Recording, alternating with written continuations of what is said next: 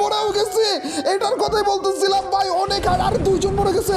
ভাই ভাই ভাই ভাই দৌড়ের উপরে থাকো গাইস, এখানে মরলে আমি একা একা বেঁচে উঠবো, কিন্তু সবাই যদি একসাথে মরে যায় না তাহলে সবাই লাইক গেম এখানেই ওভার হয়ে যাবে, আমার প্রথম থেকে শুরু। আরে ভাই রে, সোহেল ভাই বাঁচলো কিভাবে?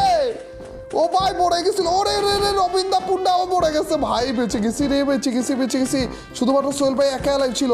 এ ভাই মাত্র রাউন্ড শুরু, 105টা জম্বি ভাই, 105টা, তার মধ্যে নর্মাল কোনো জম্বি নেই, ওই শিল্ডওয়ালা জম্বি আর এই যে খারাপ জম্বিগুলো। এই ছাদের গুলো যদি না মারতে পারি তাহলে যে পুরো ম্যাচটা হারবো গ্যারান্টি।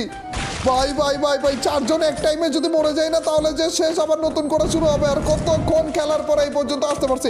এ না না না না, কোন দিকে যাবো? ইসি রে ভাই, আবার মরে গেছি রে, এত কঠিন কেন এটা?